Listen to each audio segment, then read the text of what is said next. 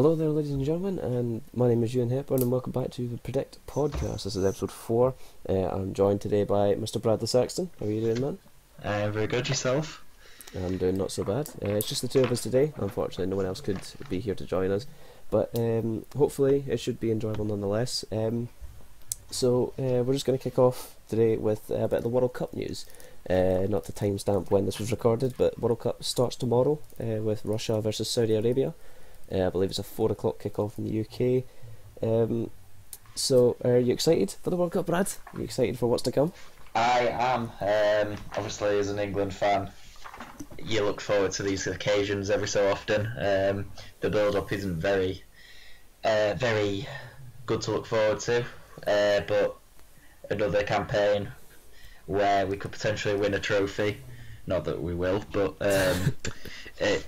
here representing the home nations, so we'll give it our best shot, really.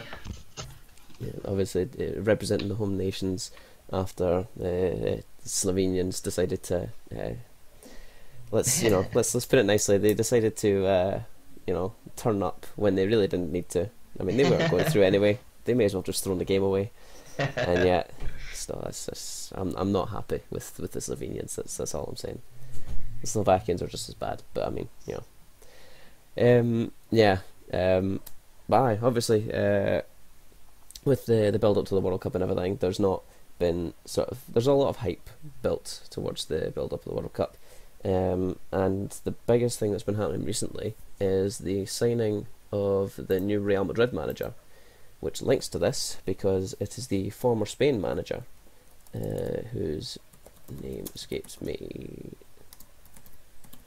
at the moment, but yeah, so it was Lopetegui, I think it was, who was sacked 2 days before their first match. Was sacked this morning after it was confirmed he was going to be the Real Madrid manager yesterday.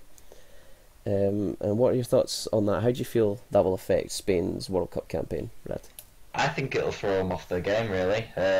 You can't really make decisions like that this close to a tournament. Obviously, they've gone into it looking probably one of the strong favourites to win it, but obviously they'll want to try and do better after what happened at the last World Cup, but I think it will throw them off the game, really. You just cannot do that. It affects the players' mentality, the way they play. Obviously, they've got a new man in charge, Hierro, I think it is, the former Spain captain, who was his assistant. So it'll be different for them, and it'll be interesting to see actually how they cope going into the groups, because obviously Spain, you look at their group, they've got Portugal, Morocco and Iran. Obviously Portugal would probably give them a game, but the Mexico game and the Iran game would pretty much be walkovers. So it'll be interesting to see how they do. Obviously, that's my opinion. What's your opinion on it? I'd agree with that 100%. I feel like Lopetegui he's abandoned what he had built at Spain by accepting the Real Madrid job. I reckon that it is the sort of thing where, it might be like a once in a lifetime thing. You might not get offered that chance again, but even so, it is the worst possible time to do something like that. 2 days before a major tournament, and you're going to turn around and take another job elsewhere. I mean, that's like, say, I don't know, Jurgen Klopp turning around 2 days before the Champions League final and saying, "Okay, I'm away back to Dortmund. I'll catch you after." It's too much to throw at a team right before something as big as the World Cup. And I feel like Spain, who were potentially, they were favourites to win it. They were up there. I think it was like 12-1 they were to win it. And they've really taken a massive knockback with this, because this will be a big blow to their confidence. Sort of shown as like a lack of confidence from Lopetegui. But Hierro could be the man, because he was, as you say, I think he was the assistant to Lopetegui. Yeah.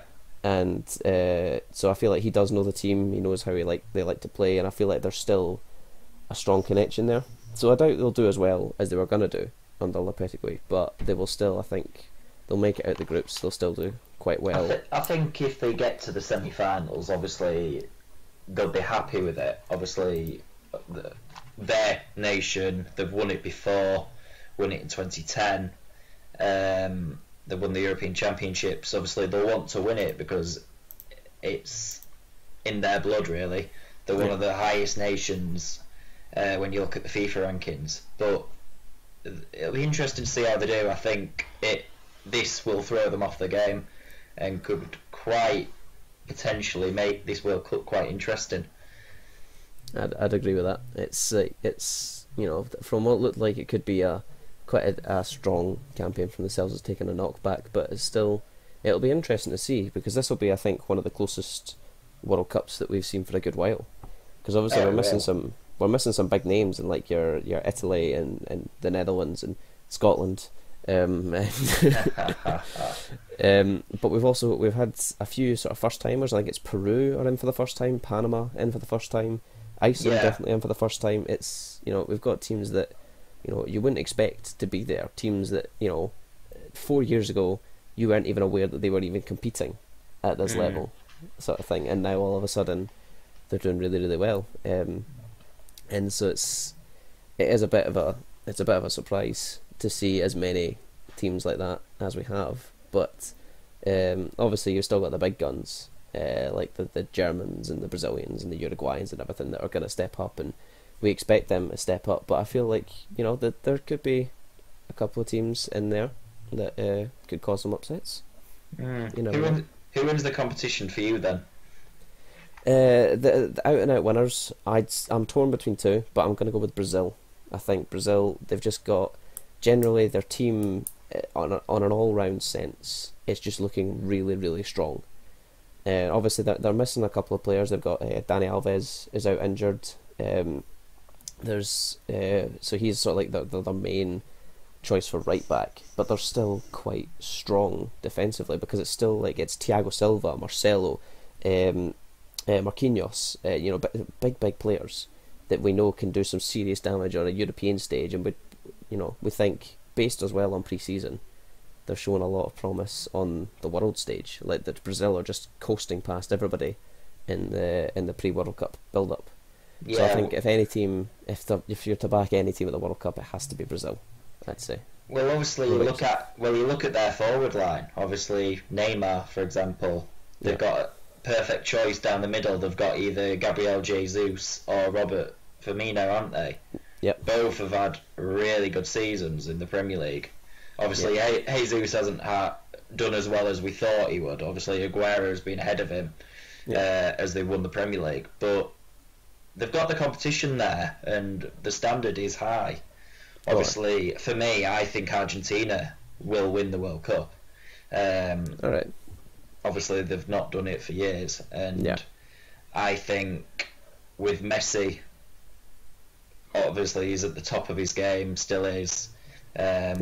He's the thing is with Messi, he has never won the World Cup, and that's the difference between him and Diego Maradona. Maradona's loved by all Argentinians, and obviously Messi's probably done more club level wise in achievements, but the thing that is the difference between them is Messi has not won the World Cup. And I'm quite surprised for him. Obviously they've got a great nation of Argentina, always have for the last couple of years in terms of players, but for me, I think they will win it. Well, that's, again, like you say, it's another very dangerous front line that they have, because you've got Messi, but you've got you've got Higuain, you've got Dybala. Why they haven't taken Icardi is a bit of a surprise. I don't know why he's not going, because I feel like he's had a phenomenal season. You got to look at it though. They've got 4 world-class strikers in there. Obviously, with their system, it's going to be one down the middle, isn't it? Maybe 2 if they're chasing a game, but they're not all going to play. That's the thing. So why take them all when you could put other players in other positions? I suppose, that's a good way to look at it. They tend to play through the middle to Argentina, don't they? 3 in the middle. So obviously it's going to be packed with midfielders. It's That's the what's it? Because they'll go for they'll probably. My assumption is they'll probably go for a front three. Mm. It'll be Messi on the right. It'll be probably Higuain, I'd say, through the middle, and on the left could be the left wing position could be up for grabs, because I reckon Yeah. it might go to Di Maria, but it is up there. It's it's there for the taking. It's in fact that is a good question because their midfield as well looking particularly strong. I reckon Dybala might drop back, plays sort of a central attacking midfielder, and then they'll go with two rather more defensive midfielders to sit in behind him. Well, remember they've got Aguero, haven't they, up front as well? So Oh, of course, Aguero. they I completely forgot about Aguero. it's going to be a forward three, and then obviously in the middle you're probably looking at Mascherano, who will probably play in the holding role. Di Maria will probably like to play in the centre. Yeah, And then obviously defence is strong. They've got Otamendi, Romero in goal. So yeah, they have got a strong side, but for me, I think Messi will shine at this tournament. Messi. Yeah, I think it's. Um, He's got to, because I don't know whether he's got another World Cup in him. He's what, 29, 30 now? yeah, Messi? I don't think he's got another one in him. he thinks he. It's. I think he It's something might. where he spoke about before the tournament about how he said he would retire from international football after this World Cup if it would take Argentina winning the World Cup to keep him in the Argentina squad. And I'm not sure I'm not sure if he can live up to that, because I feel like he will be missing it too much. It'll be the sort of thing where he'll look at it and he'll miss it too much, and then he'll want to jump back in again. But Well, he did that before, didn't he? Obviously, a couple of years ago when he missed that penalty, he retired originally, and yeah, the pressure got to him. But obviously, he's come back stronger, still playing very well for Barcelona. So why not? He could do it. absolutely. I mean, it's a lot. There is a lot on his plate, because after I'd say after Euro 2016, that really sort of, because I mean, as much as you want to deny it, there is the whole thing between Messi and Ronaldo between them, and as much as they want to sort of claim there's nothing there, there will be a rivalry there. There is a sporting rivalry there, and it will always be there so long as they play, even long after they play, Oh, it will. because they have left such an imprint on football that it's just the sort of thing it can't be ignored. And I feel like Messi, it was the sort of thing that will haunt him forever if he doesn't win, because him and Ronaldo, they've both won major tournaments. They've both won sort of the Champions League, La Liga, Copa del Rey. They've won plenty of personal El achievements Clasico as games. well, haven't they? Yeah, the number of Ballon d'Ors, like Messi's on 5 and Ronaldo's on 4 now, I think. Is it Yeah. 4? It might be 5 as well. And so it's just between them, the accolades that they've won are incredible, and the only real difference between them is that Ronaldo has that international tournament after Euro 2016, and Oh, he Messi does. is he's lacking in it, and it's the sort of thing where Messi will, if he fails to win the World Cup this time round, I reckon it'll become too much for him, and he'll turn round and he will say, no, I need to keep going, because this will haunt me for the rest of my life if I don't give it at least one more go. But I don't know. It's all up in the air. Yeah. It is a lot of pressure on him, like, because he'll be expecting a lot from him.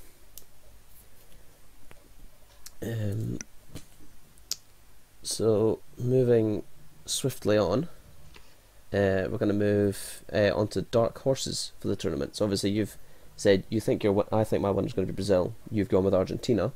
Yep. Dark horses for the tournament. So teams that you believe, and we're not just talking like Saudi Arabia or whatever. Teams who are so incredibly unlikely to win it that there is no way they're going to win it. But we're talking teams that could put up enough of a fight that you genuinely believe they have an actual fighting chance at winning it. Like they've shown enough promise in the past. So who would you say would be your dark horse for this World Cup? For me, I think, based on how they did at the European Championships, I think Belgium might be in with a shout this year. They obviously they were a bit undone against Wales at the European Championships, but obviously their squad, they've got many high class names from the Premier League, from the world in their squad. Why can't they give it a good crack and at least try and reach the semi-finals, if not the final? Absolutely. Like, obviously, you look at their squad: Courtois, Alderweireld, Company, De Bruyne, Eden Hazard, Romelu Lukaku. They are all at the top of their game. Majority in the Premier League, and obviously they're a young side, so they like to play football and impress people, but they've got an experienced manager, Roberto Martinez. So why can't they give it a go? Yeah. It's, they have an incredibly strong side. The issue that they have, or the sort of thing that a lot of people have been pointing out, is Nangolan missing from that squad, and yet Fellaini has made that squad. Marouane Fellaini of Man United, and a lot of people have been pointing out how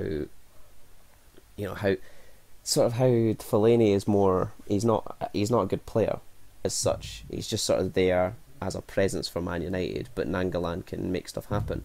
But the thing that I sort of have noticed with Belgium is that Nangolan, yes, whilst he makes stuff happen for Belgium, he's surrounded by players that can do that themselves. So, I mean, you've got Eden Hazard, Thorgan Hazard, which I doubt he'll play. He might play in the third group stage match, but I doubt he will play at all. And if he does though, it will be incredible. But the likes of Eden Hazard and Kevin De Bruyne are players that can create something from nothing.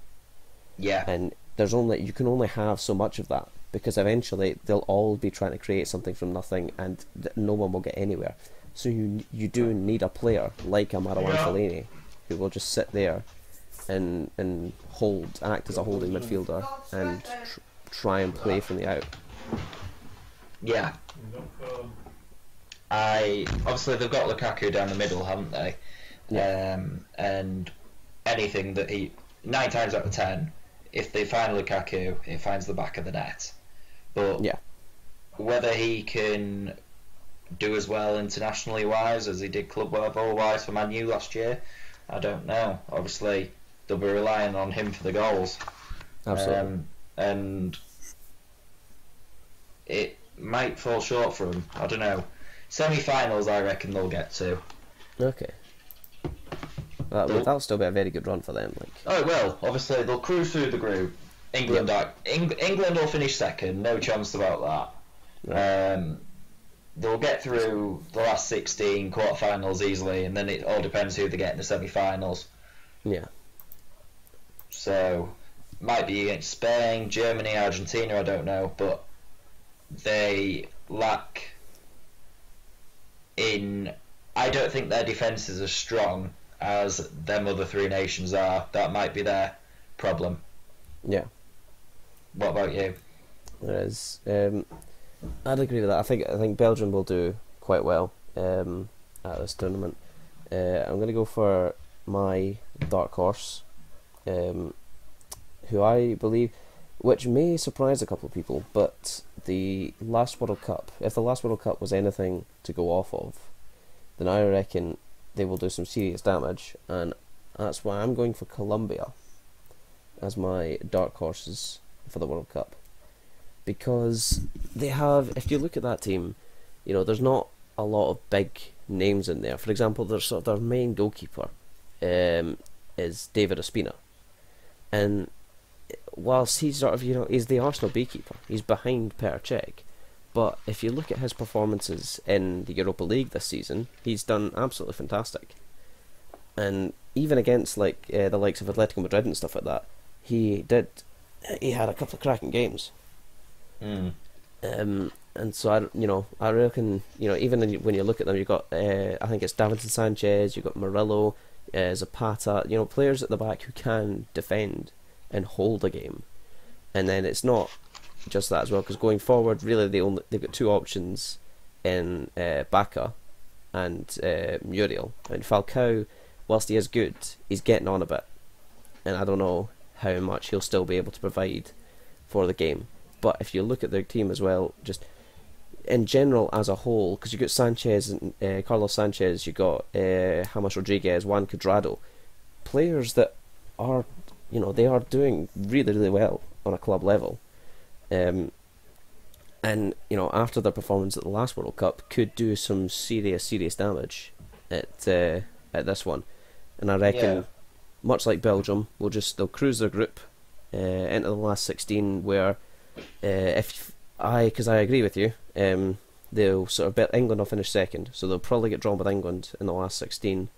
The quarterfinals, realistically, I think the quarterfinals might be where they go out, because I think thereafter they would be drawn. I think it's the winner of Group F against second place Group E, I think, which would either be more likely going to be like a Germany or a Brazil or like your Costa Rica's. It's going to be a big name. You're looking at Germany or Brazil there. Yeah. So realistically, you're looking at, like, it looks like that might be where the run ends for them at the quarterfinals. But on their day, it's a one-off occasion. Just go for it, give it your all, and I can see Colombia pulling off a shock, kind of like Wales did at Euro 2016. They can do that sort of damage. Obviously, that potential is there. Like, any club internationally could make a shock, and like Wales did at the European Championships, the semi-finals, they beat Belgium 3-1 to get there, and obviously sadly lost 2-0 to Portugal, but they gave them a game for nearly an hour, 70 minutes. Anything can happen if you have the right mindset going into the cup, not worrying too much about your defence and just going out, enjoy yourselves, attack. Then what's not stopping you from trying to get as far as you can, really? Absolutely. I think that's like what England will do this World Cup.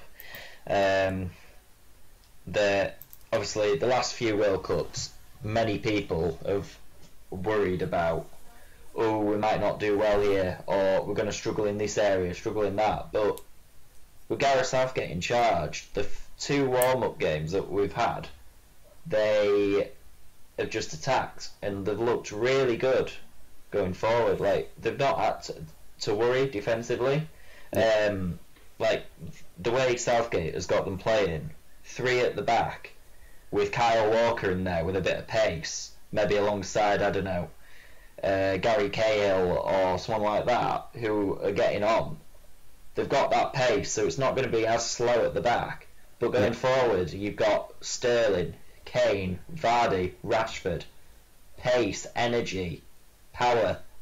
That's what England have lacked over the last couple of World Cups. Yeah. And it's a young, hungry squad. We've got no old Maccas like Wayne Rooney anymore. Yeah. We finally got rid of Joe Hart, who I think Gareth Southgate's made some very brave decisions. Any other person would have taken Joe Hart because of experience. But the three keepers he has chosen, they're all young, hungry, and determined to make a name for themselves. Pickford, for example, came from Sunderland, and Everton didn't do as well as I thought they would, but he's turning into England's number one. Obviously, Butland hasn't had the greatest of seasons. Obviously, he got relegated with Stoke, but sadly, I think for him, his injury that he suffered a couple of years ago against Germany kind of set him back a bit, in terms of, because he was developing well and Stoke were in and around Europe at the time, but he obviously got that injury. He was out for a year, and I think he's struggled a bit since he's come back. But the person for me who I'm really impressed with is Nick Pope. Like, he signed from Charlton 2 years ago, couldn't get a sniffing at all last season as he was behind Tom Heaton and Paul Robinson. And then when Heaton gets an injury halfway through the season, he has kept so many clean sheets. And I think he should be England's #1 goalkeeper. His stats are unbelievable. They're better than any other keeper in the Premier League at the moment. Right. What I have to say, one thing I will say is I'm going to go back to your whole sort of the attacking mentality of England, and as much as I think that has worked for them, it's worked for them really, really well. They've shown it in pre-season. They have sort of learned. They've worked with it. They've built on it, and it does look really, really good. They need to be careful because there are certain teams who can. They live with that. They absorb that kind of pressure, and then can counter quickly and take advantage. And I'm actually gonna reference one here from a year ago. Was it a year ago on Thursday? Last week, I think, in which a certain Lee Griffiths managed to fire in to absolute worldies of free kicks to bring Scotland from 1-0 down to 2-1 up. And the manner in which we won those free kicks, because it was 2 in the last 5 minutes of the game. England are 1-0 up, they're cruising, and the attacking mentality that they have, they became slack. They forgot how to defend, and they allowed us in to penetrate, to create chances, to put you under pressure. And that's where the free kicks came from, which is simultaneously where the goals came from. And so I think that England will need to be careful as to how they go forward when it comes to the World Cup, because there are much better teams there than Scotland, let's be honest. I mean, if we were good enough, we'd be there. But sadly not. It is a darn shame. You bastards. Say that every year, don't you? It's fine. We should hopefully, make it to the Euros. Hopefully, my fingers are crossed. We got a decent draw in the Nations League, so hopefully we can go from there. But yeah, sorry. England though, they have, I feel like their attacking mentality, it does work, and I do like it. I'm a big fan of the attacking mentality. I like watching players go forward and watching a squad as young as England's just sort of wanting to get forward and attack and create chances. It is honestly, it's brilliant to watch. As much as I say it through gritted teeth, it's becoming more and more tolerable to watch. Because when Southgate first came in, I was just bored. I'm sorry. I would watch an England game and just get bored. But Southgate has transformed as a manager, and he's transformed the team to play the way he wants them to play, and it is actually working quite well, and it's making them much more enjoyable to watch. The goalkeeping situation, with the whole thing, I think Nick Pope, whilst he is a good player, he's been a fantastic keeper all season. I would play him, I think, once, maybe at this World Cup. I would play him in the second group stage game, and I wouldn't play him in any other games, simply because it'll be good to get him there to get the experience. But I think Butland, at the moment, based on experience and quality, is your best goalkeeper. And I would play him against Belgium. I would play him against, I don't know who your first game is. It's either Panama or Tunisia. It's one of the two. I would play him. We play Tunisia on Monday night coming up. Right. Panama a week on Sunday, and it is the Belgium game on I think it's 2 weeks on Thursday. Right. Yeah. Well, there you go. It's I would say play Butland for Tunisia and for Belgium, but get Nick Pope in goal, get him experienced for the game against Panama. Do you not reckon much to John Pickford then, or what's your opinions on him? As good again. He's a very good player, and I think he did really, really well for Sunderland. But moving to Everton, I feel like it hasn't done him any favours, because the Evertonian defence has just been appalling this season, and they've relied on him very, very heavily, and he has done a fantastic job in goals. Don't get me wrong, but I wouldn't rate him as much as I would rate Nick Pope as I would rate Jack Butland, because it just simply, I think it is primarily to do with the defence that's in front of him that I feel I would probably go for them. I reckon maybe stick him into the Burnley team, and I'd possibly rate think he's a better keeper. But for me, he just doesn't match up to the other two. He's a too inconsistent at times, and I feel like that could be partly because of the defence he's playing in, partly because of apparently he's unsettled, a little unsettled at Everton. But I think Nick Pope and Jack Butland are better goalkeepers generally. Yeah, well, obviously England, I think, obviously it's a different World Cup. We've got a younger squad compared to the last couple of years. Like obviously 2014 we had Rooney, we had Gerrard, we had Lampard, I think. Or were they past it then? I think 2014, I think Lampard was gone. I think Gerrard went, didn't he, to South Africa was 2010, it was Brazil 2014. Gerrard was at... No, he wasn't. Ooh. He's been gone from Liverpool 3 seasons, I think. Is it, or 4? 3 or 4? Left at the back end of 2015, I'm pretty sure. Yeah. But anyway, he went up to the USA for a season, and yeah, then came back to Liverpool. Yes, he did. At sort of the beginning of this year. No, sorry, the beginning of last season. Sorry. And now is obviously at Rangers. Yeah. Anyway, England have got a younger squad. It's exciting. It's hungry. I think they will do all right. Obviously, Belgium will win the group, as I said before. England will finish second. Though I think they might finish on the same points, maybe. Obviously, the first 2 games. Obviously, I don't want to curse it and say that they won't, because you looked at England's last campaign, and I think it was like they had 2 points or whatever it was, 1 point after 2 games, and they were 1 point by the end of it. Yeah, they were gimmies. Like Tunisia and Panama they are beatable, and I think they will. Yeah. It's whether they can turn up against Belgium or not. Ideally, 7 points from 9 would be a very good group for us. Yeah, I'd take a minimum of 6. Go into the last 16 with Colombia, I think, who will obviously win their group.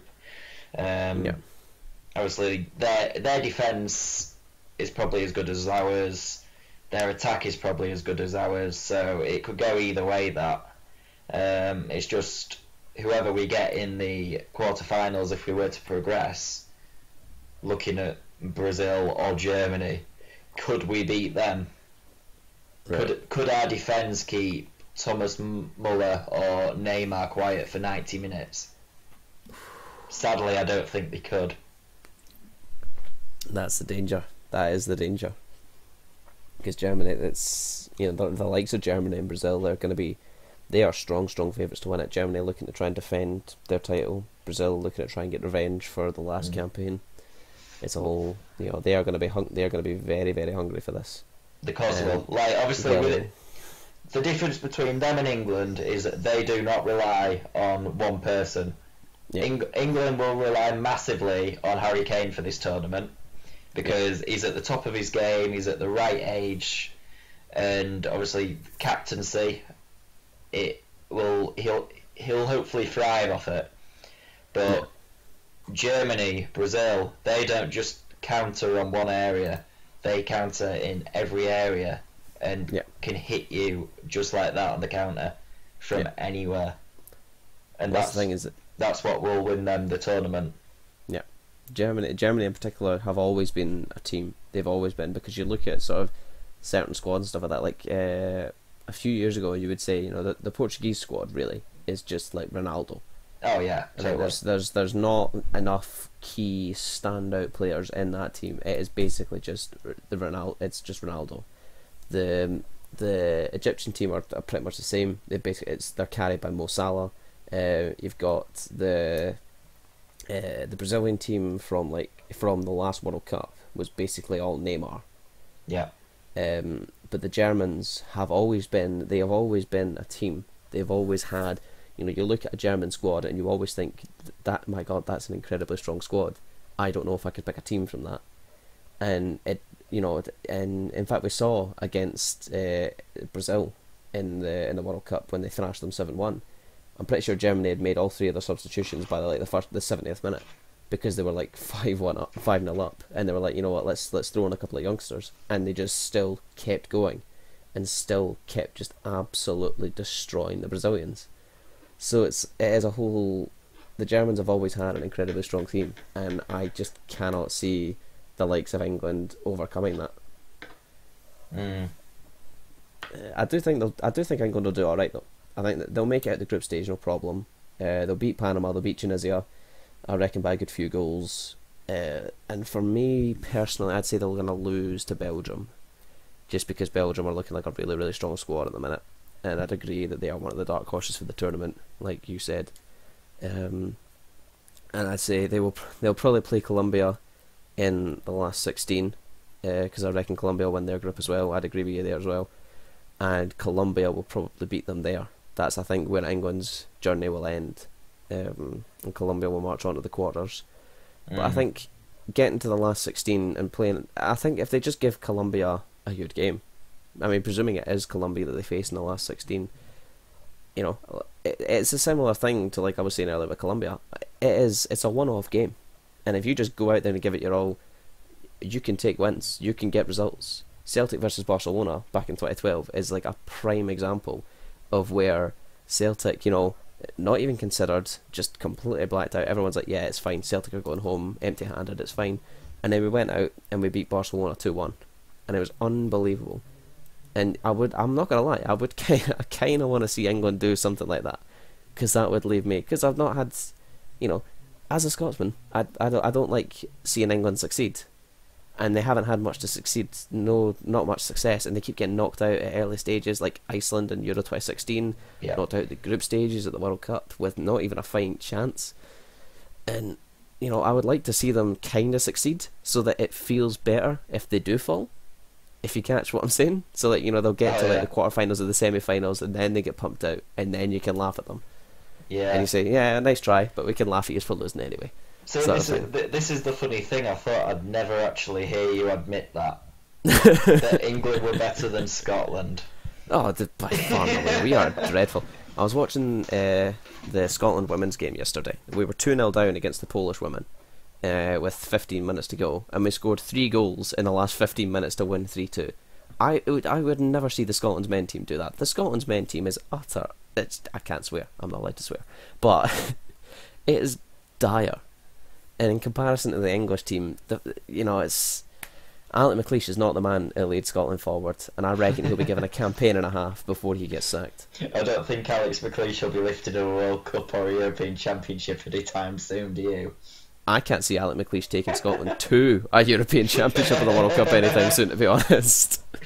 If we fail to make the Euros, I can see his job gone instantly. Oh, yeah. Because that's what he's come in to do. If we don't make the European Championships, especially with teams like Israel and Austria, teams that well, maybe not. No, it's not Austria, is it? It's Albania. I think it's like Israel and Albania, teams that we can beat, teams that we shouldn't even be looking at. If we don't make it past teams like that, then Alex McLeish will be gone in a heartbeat. England just, there is no one really in that squad that you wouldn't look at and think they are world class. Marcus Rashford is getting to that stage where he could be world class. I reckon he's still young. He's got a long career ahead of him, and I reckon he'll do a lot of damage. He's what, 21? 20? I don't even think he's that. I think he's 19, is he not? I think he's even younger. He's a bit older than that. He's about. I think he's a year or two older than we are, but the way he's come on at Manchester United over the last 3 years, to score what, 3-4 goals was it in his first 2 games? Oh, aye. against Arsenal and in the Europa League, he set himself on fire to start with. Obviously, scored on his England debut. Yeah. Sadly, he's been overlooked, I think, a bit by Jose Mourinho this season. Obviously, they've had Martial there for competition. Obviously, he's not going to play down the middle anymore for United because they've had Lukaku last season. They had Ibrahimovic, but obviously now he plays on the left and he's struggling to get into that side. Obviously, he's got Alexis Sanchez in front of him. He's got Martial probably on the same standard, but these rumours of him apparently going to Newcastle, was it, on loan for next season? All right. Maybe a move like that or somewhere might do him some good. I think it would be good for him, yeah, because especially, I mean, he'll be well sought after as well if he does well at the World Cup, which I reckon he will. Oh, he will. Even if England don't do well, he will do well, and that will get him a lot of attention from clubs all across Europe who'll be like, you know, if we want this guy on loan at least, we want to get him some game time because we will play this boy. Yeah, it'll be interesting to see what happens. If he does well, he'll thrive off the back of it, and I think he is probably England's future striker going forward. Absolutely. So, yeah, I'm looking forward to this World Cup. Internationally wise, I think it's probably at its highest of quality, I think, that I've ever seen it. In terms of youth, for example, England, perfect model for promoting it. But no, it should be a good World Cup. I'm looking forward to it. I'd agree. We're going to jump very swiftly onto sort of just very quickly. Going to run through who you think, before the World Cup even starts, who you think is getting out of each group. So we're going to just jump into Group A. You got Russia, Saudi Arabia, Egypt, and Uruguay. Who's finishing first and who's finishing second? I think Russia will progress as group winners, obviously being the home nation. Okay. And then I think it will either be a toss-up between either Egypt or Uruguay. Right. I think Salah or Suarez might do some damage. Not bad. I myself for Group A have gone Uruguay as group winners. Just, you know, I think it was Chris Sutton's dark horses for the tournament, and you know they've got a strong side. They have a good few players. Suarez and Cavani, your front two are just, you know, it's incredibly strong. And I've gone. It was close for myself for second place, but I've gone Egypt simply because I love Mo Salah and I think he's brilliant, and I hope he does well at the World Cup, and I wish him all the very best. I think Russia will do alright. They'll get a win against Saudi Arabia, and I think the Egypt game will be close, but I think Egypt might just nick it at the final whistle. So Group B, you got Spain, Portugal, Morocco, and Iran. Who's going first? Who's second? Fair enough, they've had the troubles, but Spain should win the group. Iran, right? you can write them off. It's got to be Portugal, hasn't it? Ronaldo. Yeah. They're a one-man team, but they're the better side between them, Iran and Morocco. It'll be them two progressing. Yeah. I mean, even you look at the performances at Euro 2016, where they're up against teams that you wouldn't have really expected them to struggle against, and yet the likes of Iceland and Hungary and stuff like that, teams that somehow managed to give them a game, was really, really bizarre. But they still somehow managed to get the job done in the end, so fair play to them. I've gone for exactly the same. I've said Spain to go first and Portugal to finish second, despite the troubles that Spain have had in the last couple of days. I think it's still easy money to put them as group winners, I think. So Group C, France, Australia, Peru and Denmark.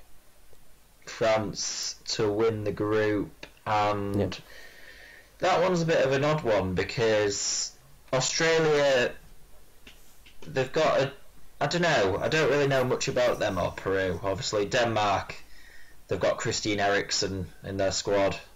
Yeah. With that quality, I think it'll probably have to be Denmark based on my knowledge. Right.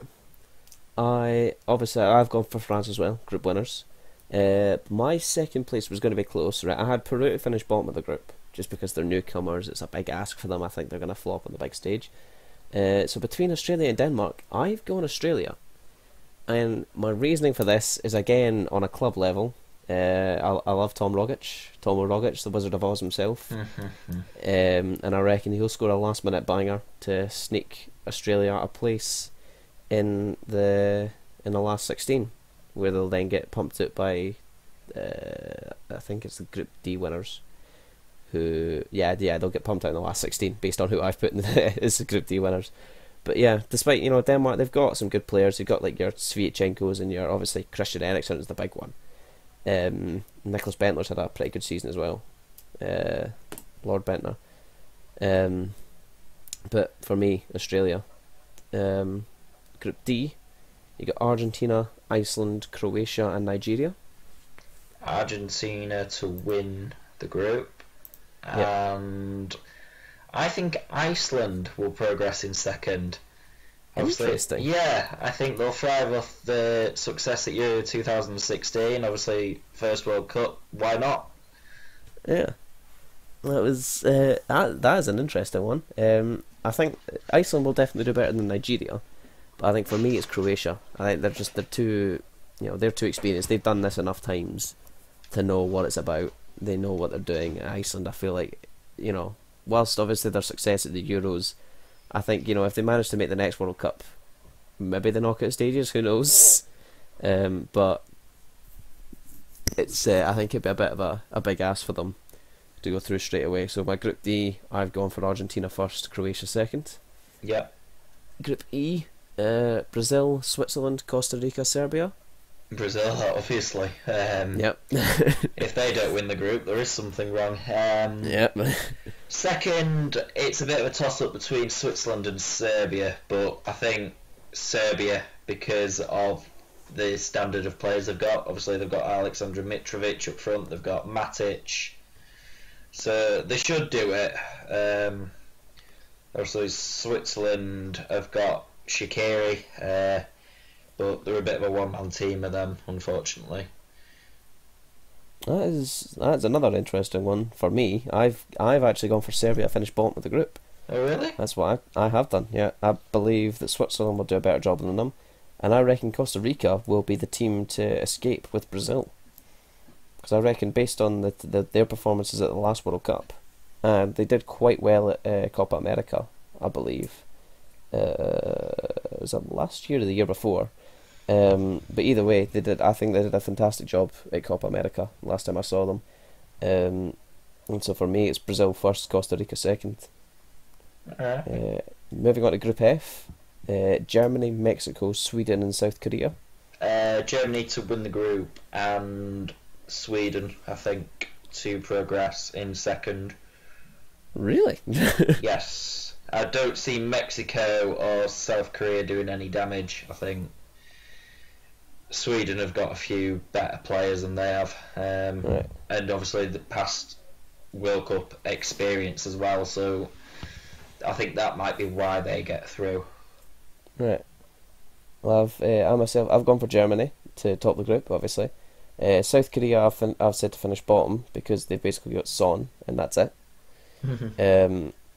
For myself, I put Mexico simply because I stayed up, to my own misery, I stayed up to watch the Scottish tour of South of the Americas, where we played Peru and then we played Mexico, and we got absolutely just smashed, really. As usual. We were playing our B team really against the Peruvians, who didn't really do much against us. They scored twice, but other than that, they didn't really threaten us. The Mexicans, they were a lot more damaging. They were a lot more terrifying, and considering we were playing a weakened defence as well, I was actually kind of impressed by the way that we played. But Mexico were just all over us from minute one, and I reckon that they will do the exact same thing at the World Cup, and they will do enough. I reckon Sweden will draw with them, but I think Sweden will also draw with South Korea, and that's what's going to cost them, is that Mexico will beat South Korea, but Sweden will try and hold out for a draw against the South Koreans, and that will be what knocks them down. All right. Let's jump into Group G. This will be your favourite one here. Belgium, Panama, Tunisia, and England. We've pretty much covered it, but just to give it one last go over. Yeah, so Belgium will win the league group even.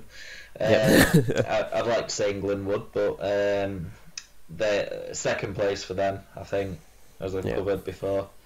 Yeah, and yeah, like I said, I agree with that as well. Belgium first, England second. So we're just going to very quickly move past that and go into Group H, where we've got Poland, Senegal, Colombia, and Japan. As we covered with Colombia, I think they'll win the group. And then Poland with Lewandowski will finish second. And again, so we spent the entire time disagreeing, other than Group B.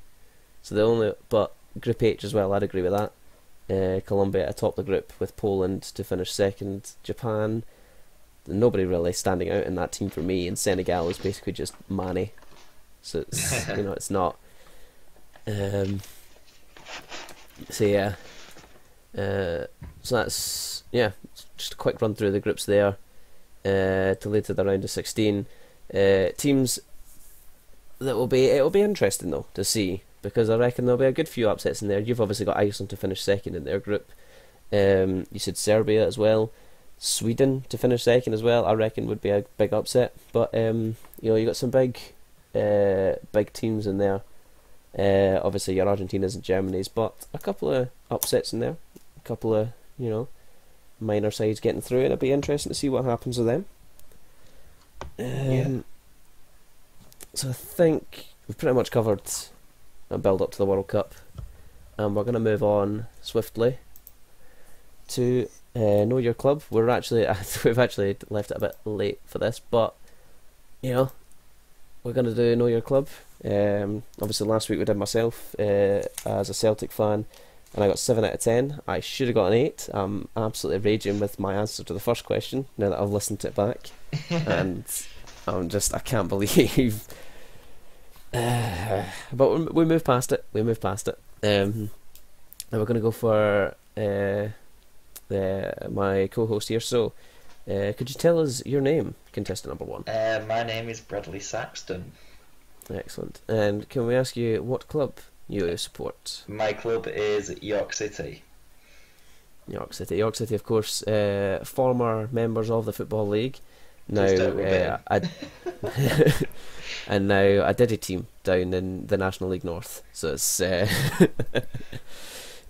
be fair, I've come down to see you play, and you did give a good account of yourselves that day. A 2-1 win against Bradford. Nearly threw it away in the dying moments, but I mean, you held on. John Parkin did the business as he does every week. Always. My boy Aidan Connolly as well. He sadly left now. He sadly left, so... Oh, of course, he's away now. He's gone. It is a shame. Probably find a club back up in Scotland. Obviously, he was a good little player, but I think he was a bit bullied off the ball, really, which this league's very physical, so... He was a very weak player. He was, but he'll find his level again going forward. Absolutely. So we're going to jump right in with the first question. I'm not sure on the quality of these questions. I'm not sure how difficult they are, because I do not know York City terribly well. But we're going to jump in with one that a nice simple start off to who did York defeat in the semi-finals of the 2012 FA Trophy? Was it? Oh, right. Okay, actually, one of the answers has been misspelt, but that's fine. Was it A, Grimsby, B, Telford, C, Kidderminster, which here is written as Kidderminster for whatever reason, or D, Luton? That was Luton, D. I remember we played them in the first leg at Boone Crescent. We won 1-0 because of a penalty, and they actually finished with 9 men. And then the return leg, they were winning 1-0, and then our superstar at the time, Matty Blair, came up with a header and won it for us to get to Wembley. So Luton is your final answer? Yes. Okay, apparently it doesn't tell me the answers to the end of the quiz, so I'm going to have to Google these answers as I go along. My apologies for this. I should have looked up this quiz properly.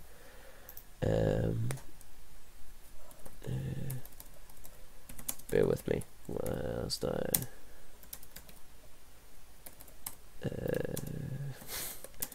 apologies for the technical difficulties. Just please stand by.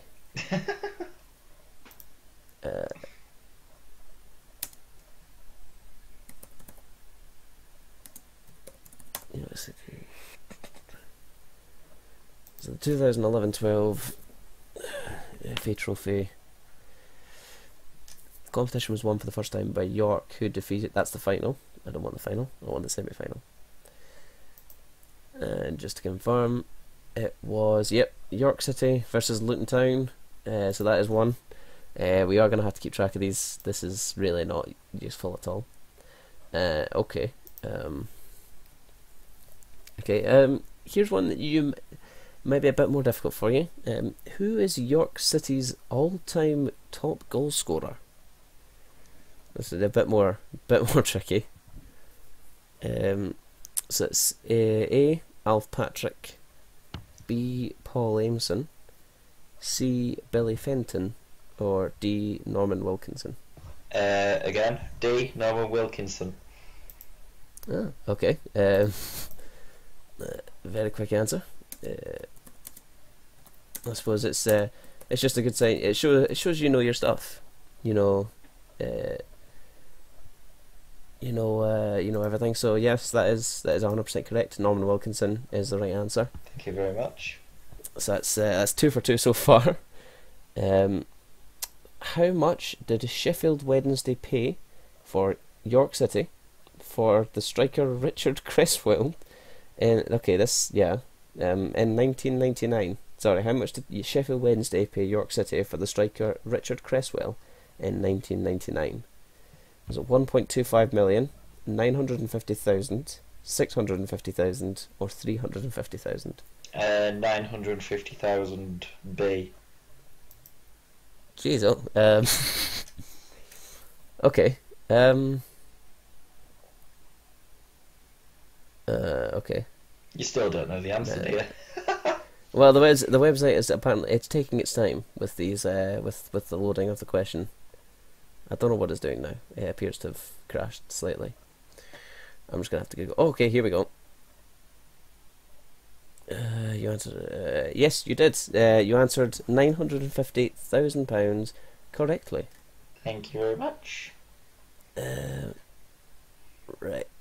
Okay. It said there was 100 questions in this quiz. Oh no. Okay, I've crashed this. Okay, hold on. Apologies again for the technical difficulties. We are struggling rather badly with this. Who was the first okay, it's gone. Never mind. Gotta try and... Okay, there we go. Right. So let's go for... Andy Porter was in charge of York for how many games during the 2010-11 season? Was it 2 games, 3 games, 1 game, or 4 games? Why don't we just go 1, 2, 3, 4? That makes much more sense. Okay, so was it 1 game, 2 games, 3 games, or 4 games? This is a complete guess. I'm just guessing the 1 game. Just the 1 game.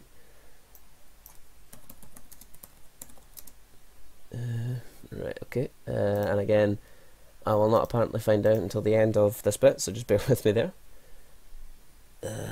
Right, okay. How many appearances did Peter Lorimer make for York between 1979 and to 1980? That's... Okay, hold on. Yeah, this really has not been done well. I'd like to apologise to everybody listening for the shoddy work that has taken place here. I've not done this very well. Right, okay. Okay, here's one. Former manager Dennis Smith mainly played for which club? Sheffield Wednesday, Sunderland, Sheffield United, or Stoke? Stoke, D. You're going for Stoke. Okie doke. That's... We've done that question already. Why's it coming back up? Well, so far we know that you're on 3. And we're looking to bring that number up. 3 out of 3 so far. And as soon as it loads... Okay, well, Stoke was correct, so you're now 4 out of 3, but your guess, Andy Porter was in charge of York for more than one game. It was, if I get the exact number, because this quiz is terrible. Is that 4 out of 5 then, you mean? Not 4 out of 3? Sorry, yeah, 4 out of 5.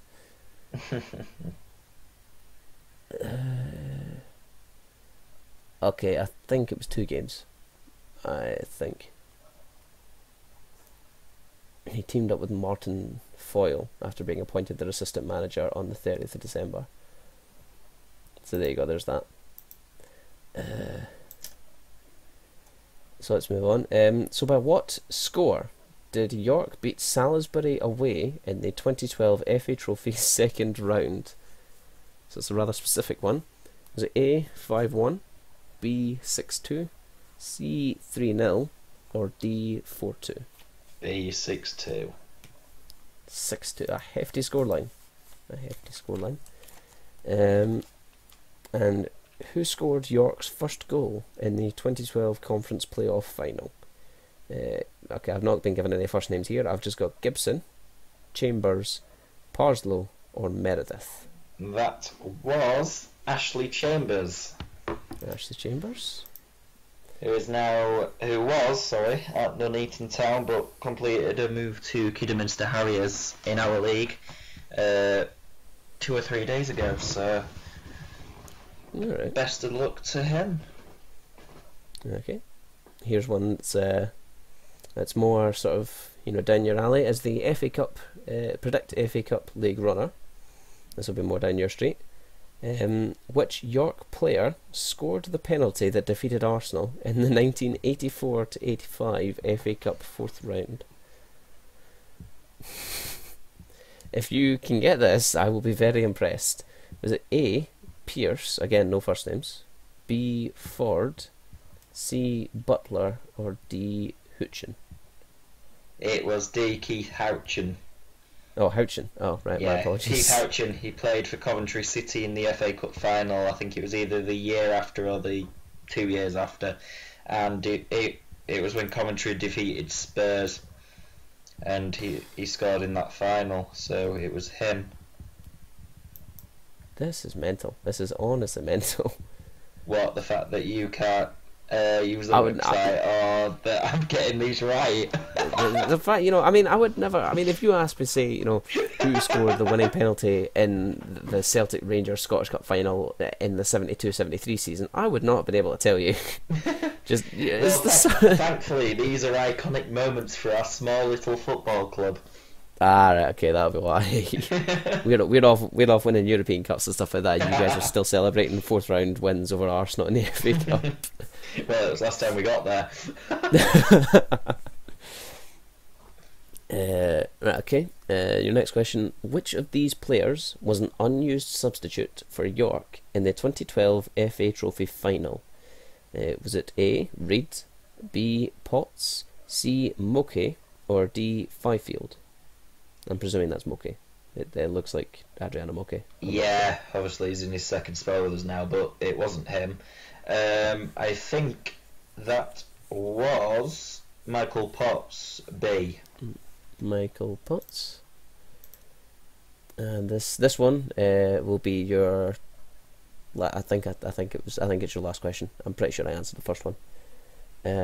So Richard Cresswell scored his first goal for York against which side in 1996? Was it A, Burnley, B, Bury, C, Barnet, or D, Bradford? Complete guess. I'm going with Burnley. A. Going with Burnley. Well, this will decide. So at the moment you're on 4 out of 5, and it's now going to give me the score for the previous 5 questions there. And hopefully, at the moment, you just need 4 to beat me. 4 of these and you'll have beaten me. No pressure. So no pressure, eh? 3 and you've matched me. So by what score did York beat Salisbury away in the 2012 FA Trophy second round? You answered 6-2, and that was correct. Who scored York's first goal in the 2012 Conference Playoff Final? You said Ashley Chambers, and your answer was correct. Which York player scored the penalty that defeated Arsenal in the 1984-85 FA Cup fourth round? You answered Mr. Houchen, whose first name I've forgotten. Keith Houchen, and that was also correct. So at the moment you're now level, 7 out of 8 so far. Which of these players was an unused substitute for York in the 2012 FA Trophy final? You answered Potts, and Potts was also correct. Thank you very much. So you're now on 8 out of 9, which means you have beaten me. Richard Cresswell scored his first goal for York against which side in 1996? You answered Burnley, and I'm afraid that was incorrect. Oh. However,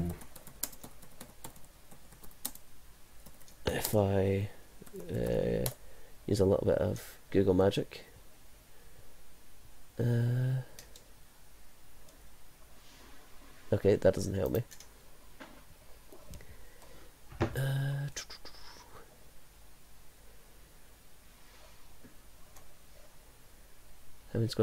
He scored 19 goals for York in that season.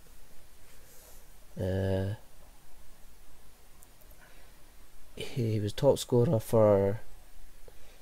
Okay. He made his first team debut away to Brentford in a 2-0 defeat. So he never scored in that one, so that rules out Brentford. We also know it wasn't Burnley. But he first scored for York with the second goal of a 2-2 draw away to Bradford City. So Bradford was your correct answer there. But 8 out of 10 is still a fantastic score, and it's beaten me, which I'm not happy with. But England win every time, mate. Oh, no.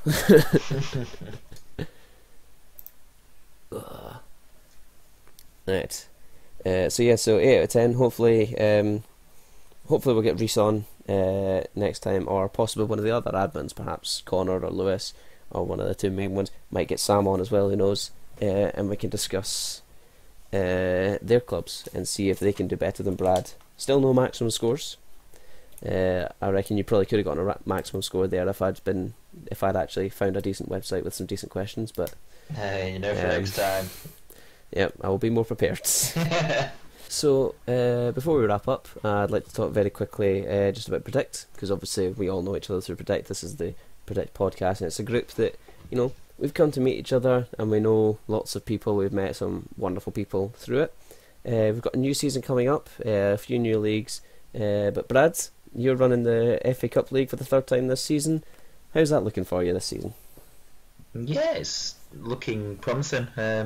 Obviously, I had a clear out at the back end of last season, got it down to about 50 members, and my recruitment so far is going very well. I'm back on to 82, so I'm ideally going to try and get it up. I'm not setting a exact number, but just see how it goes, and obviously I want more people to get involved so they enjoy it. Yeah, it's going well. How about you with your Scottish Premier League? Scottish Premiership is going well. I, much like yourself, had a big clear out. We had about 15 or so members constantly predicting. We've got some more people who sort of tuned out towards the start, but they're looking to get back into it again next season.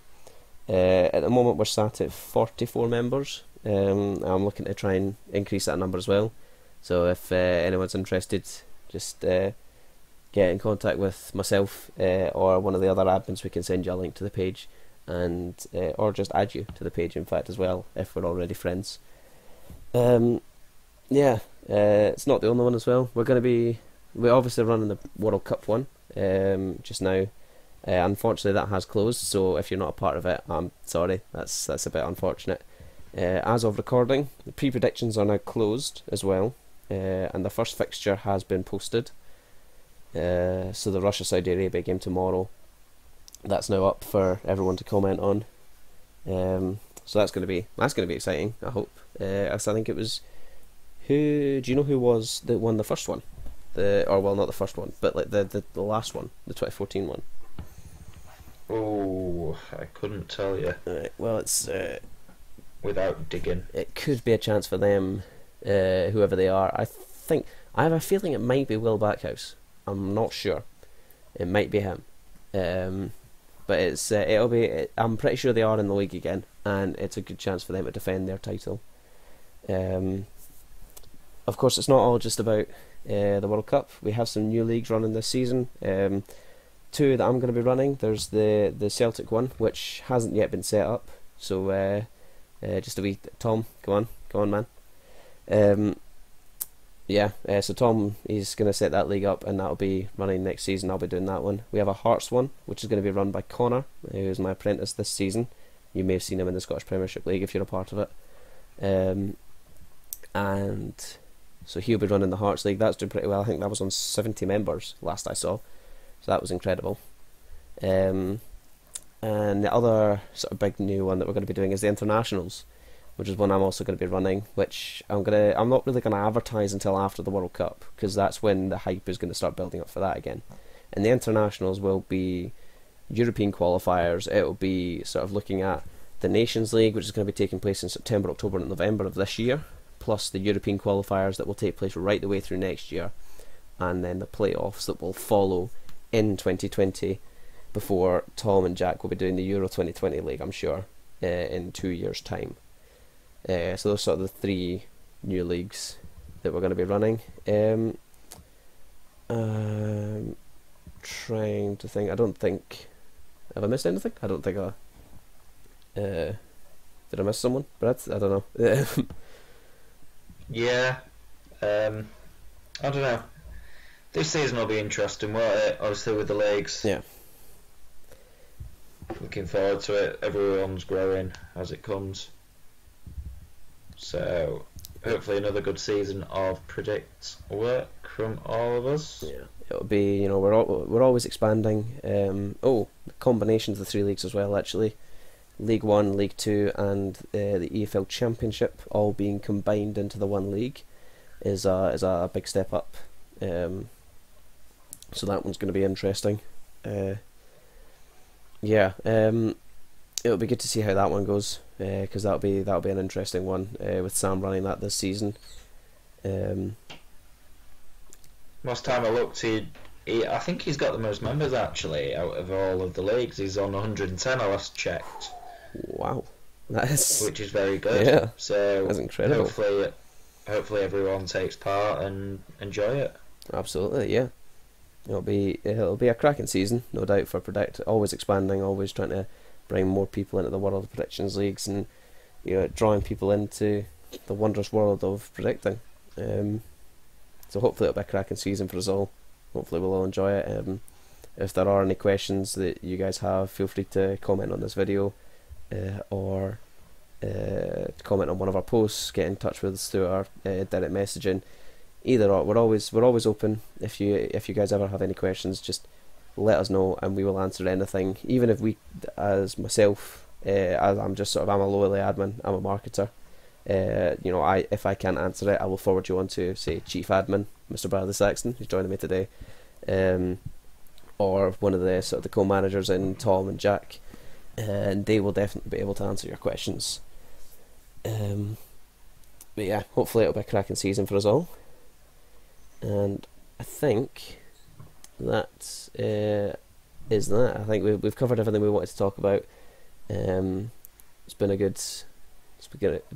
cracking night, a good edition of the podcast, and I would like to thank Bradley for joining me. Thank you very much. And hopefully we continue to do this regularly. I say that as the last one we did was like 3 weeks ago, but hopefully we can keep this up regularly and start firing these out more often, and hopefully it'll be very enjoyable for you all. So thank you all very much for joining us, and hopefully we'll see you again soon.